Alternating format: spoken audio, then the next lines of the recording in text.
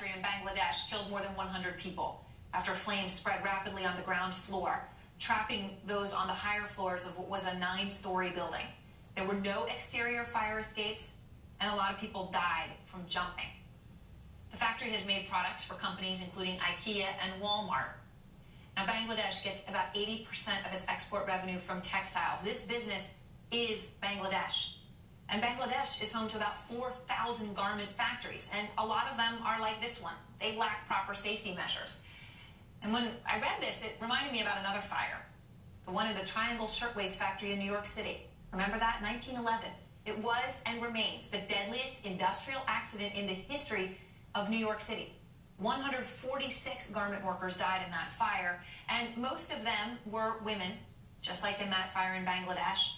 And just like in Bangladesh, the death toll would have been much lower had there been appropriate emergency exits. In that case, you may remember, a lot of doors had literally been locked.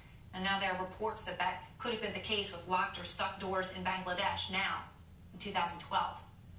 The New York City fire eventually helped spur the growth of the International Ladies Garment Workers Union, which fought for better working conditions for sweatshop workers.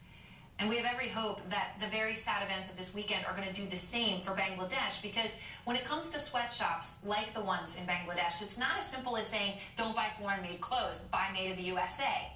Because, look, these women need the jobs and work. Bangladesh is one of the poorest countries in the world. Per capita income in that country is $848 a person. The garment industry represents, it's huge for the country. It's also not as easy as saying, pay a little more and the extra goes to labor standards, because in the absence of international monitoring, that is not easy. You can't really do it. So what do? Unions. Yes, unions. Despite what you might think about them, they could make a really big difference for these women and save lives. Just something to think about. Thanks as always for watching. AC360 starts now with Wolf.